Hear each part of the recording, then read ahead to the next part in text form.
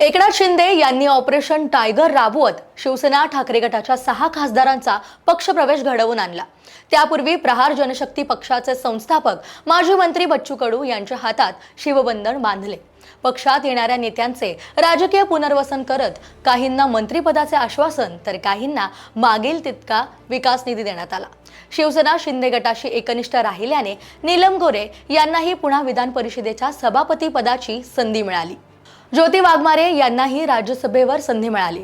रवींद्र फाटक यांची योग्य दखल घेतली गेली। शिवसेनेत प्रवेश करू इच्छिणाऱ्या प्रत्येक नेत्याचे पुनर्वसन केले जात असताना शिवसेना पक्ष जनमानसात पोहोचवणाऱ्या निष्ठावंत नेत्यांना मात्र राजकीयदृष्ट्या बेघर केले जात आहे का, अशी चर्चा सध्या सुरू आहे।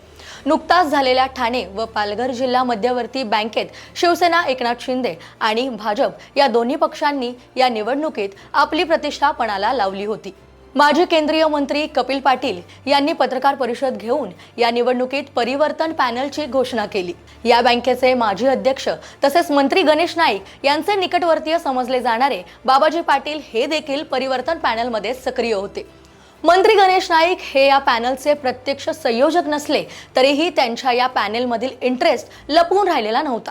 सहकार पॅनलमध्ये सुरुवातीला भाजपने पुढाकार घेतल्याची चर्चा होती, मात्र मध्येच महायुतीत मतभेद झाल्यानंतर उपमुख्यमंत्री एकनाथ शिंदे यांनी सहकार पॅनलला पाठिंबा दिला।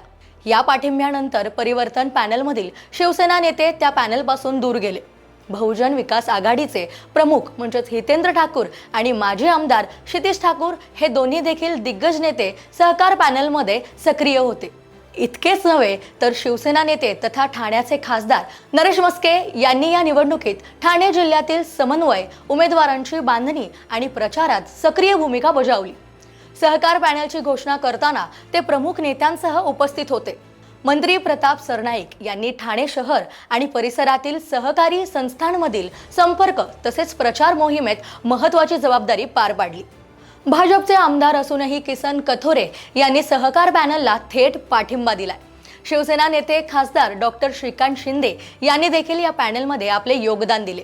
या दोन्ही पॅनलमध्ये शिवसेना, एकनाथ शिंदे आणि भाजपच्या दिग्गज नेत्यांनी आपली प्रतिष्ठा पणाला लावली होती। पण या निवडणुकीत शिवसेनेचे उपनेते असलेल्या निलेश सांबरे यांना तिकीटच देण्यात आलं नाही। जिंकण्याची क्षमता असणाऱ्या पालघर, ठाण्यासह कोकणात मोठा प्रभाव असणाऱ्या स्वतःच्या उपनेते पदावरील नेत्याला डावलण्याच्या खेळीमागे नक्की काय राजकारण शिजत होतं? बेरजेचं गणित करणाऱ्या एकनाथ शिंदेंनी आपल्या निष्ठावंत हुकमी इक्क्याबाबत मात्र वजाबाकी का केली हे कळायला मार्ग नाही।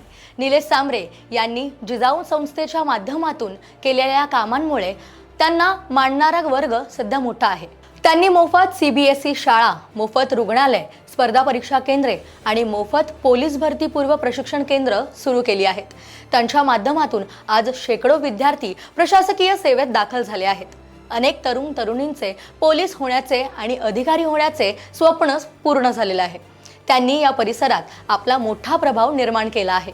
दोन्ही बाजूंना दिग्गज राजकीय मुत्सद्दी नेते असतानाही निलेश सांबरे यांनी त्यांना कडवी झुंज दिली। या परिसरात केलेली कामे त्यांनी सभासदापर्यंत पोहोचवली। इतकेच नाही तर दोन्ही पॅनलला जमले नाही ते मुद्दे त्यांनी समोर आणले। मेगासॉफ्ट कंपनीवर जाहीर भ्रष्टाचाराचे आरोप केले। बँकेच्या संचालकांच्या कामांवर बोट ठेवत केवळ टीका न करता मी निवडून आल्यावर काय करणार याचे वास्तववादी चित्र मांडले।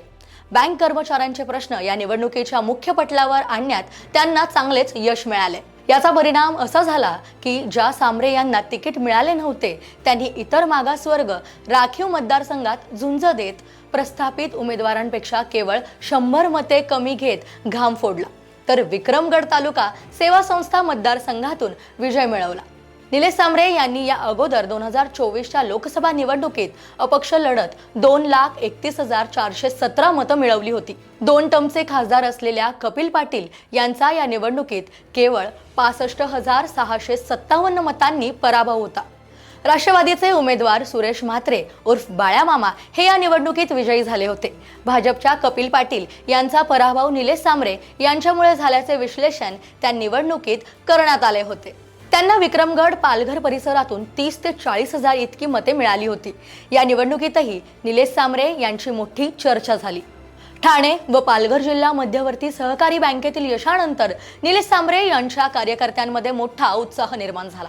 या यशाचा आगामी स्थानिक स्वराज्य संस्थांच्या निवडणुका तसेच 2019च्या निवडणुकीवर पडू शकतो।